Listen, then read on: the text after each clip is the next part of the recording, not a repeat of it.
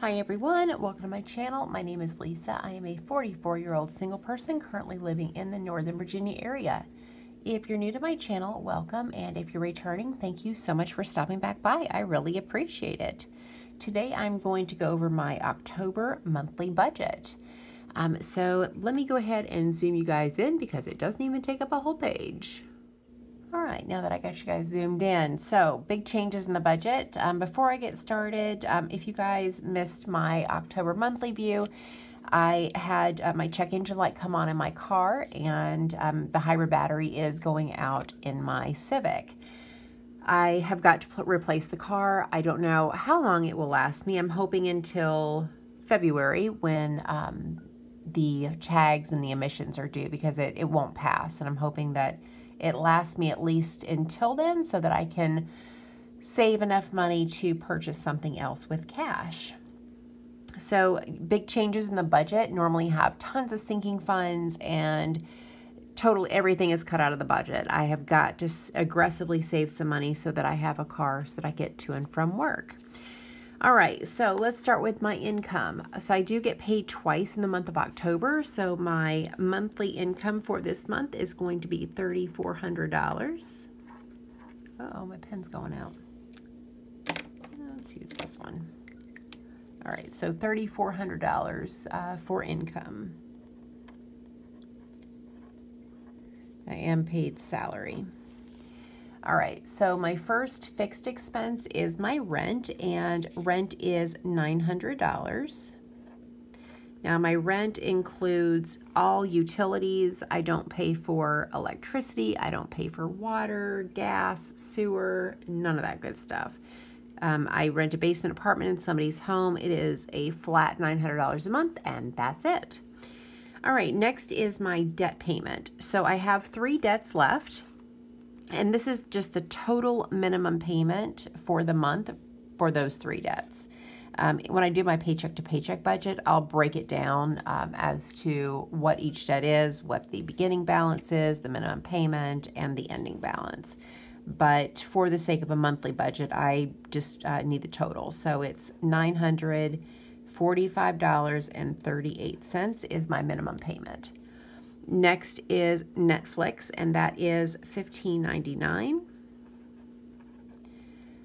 Next is Hulu, and that is $11.99.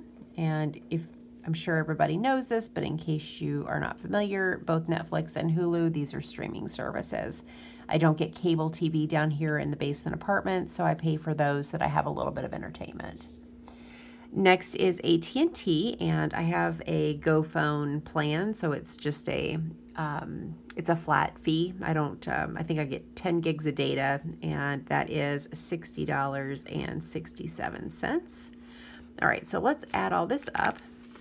So I've got $900 for rent, $945.38 for debt payment, $15.99 for Netflix, and $11.99 for Hulu, and $60.67 for phone. So that's a total of $1934.03. So I'm just going to jot that down up here at the top. $1934.03. All right, next are my cash expenses. The first expense is food, and this also includes toiletries and household, and that is going to get $240 for the month. So there are 4 weeks in this month, 2 pay periods, 2 weeks piece, and my budget for food and toiletries household is $60 per week, so that's $240 for the month. My gas budget for the month is going to be $100. And how I'm going to break that down is the week that I am driving in the carpool, I am going to set aside $40 for that week. My car, it normally takes about $25 to fill the tank up, and I had to fill up twice, and I didn't quite use all of that second tank of gas, but just so that I know that I have enough money, I'm going to budget $40 and then $20 for the other 3 weeks, so $100.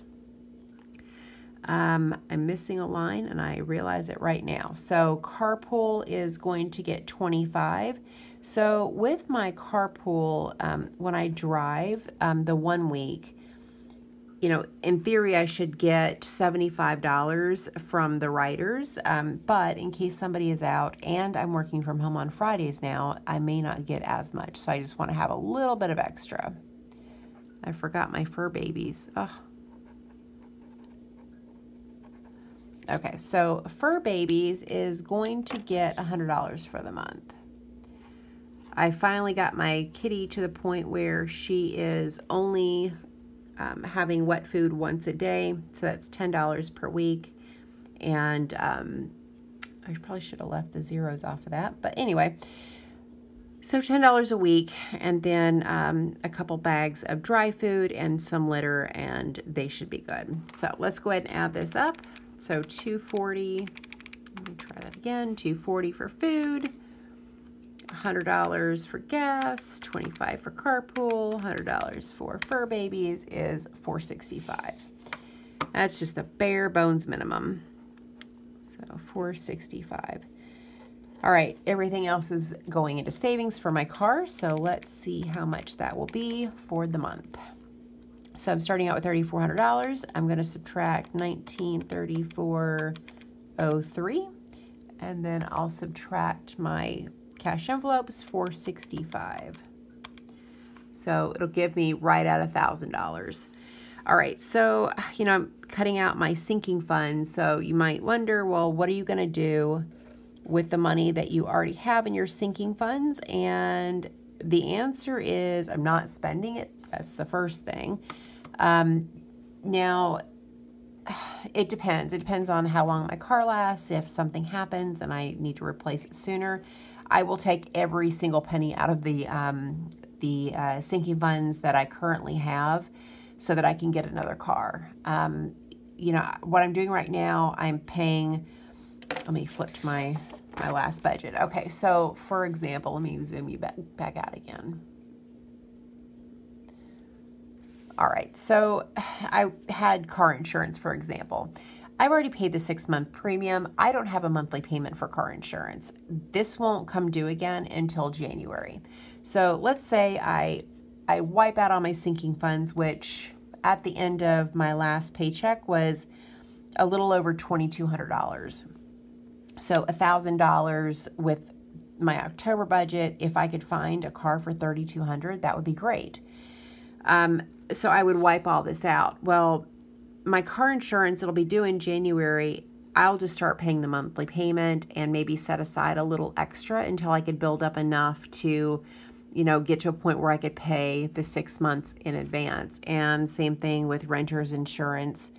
You know, I'm just going to have to make it work. Now, fur babies, for their shots, Chewy has his shots that are due in November. And so what I'll do in November is I'll just allocate a little bit of money out of my November budget to cover what my sinking fund doesn't. But I'm going to end up, unless by the grace of God, my car lasts me until February, my plan is to use all of my sinking fund money, because at the end of the day, I have to have a car. I have to be able to get to and from work. That is a necessity. And, you know, if I've got to start all over in my sinking funds, that's okay. That's, you know, I'm glad that they're there and I'm glad that I have the money. And then I also have my, my baby emergency fund in my bank too. So that is what my plan is with the sinking funds. Nothing for right now. I'm just going to let that money sit. I don't anticipate having to spend any money for the next couple of months, and I'm just going to hold on to it until it's time to get a car. Christmas is the only thing that's a little tricky. I think I have maybe $300 in my Christmas fund, and worst case, my kids are getting $150 a piece and nobody else is getting anything from me. It's just that simple. I'm not going to contribute any more to this fund because I've got to get a car. So I hope that you know, tells you guys what my master plan is, which is bare bones. So I'm going to miss doing cash envelope stuffing and the sinking funds, like doing the 2 videos a week, but you know, for the next, hopefully several months, you know, this will just be, you know, quick and to the point, bare bones minimum, until I could find another card to purchase. So that's it, guys. That is everything for my October budget. It's so tiny, it doesn't even fill up half the page. So thank you guys so much for watching, and I hope you have a great day or night wherever you're at. Bye.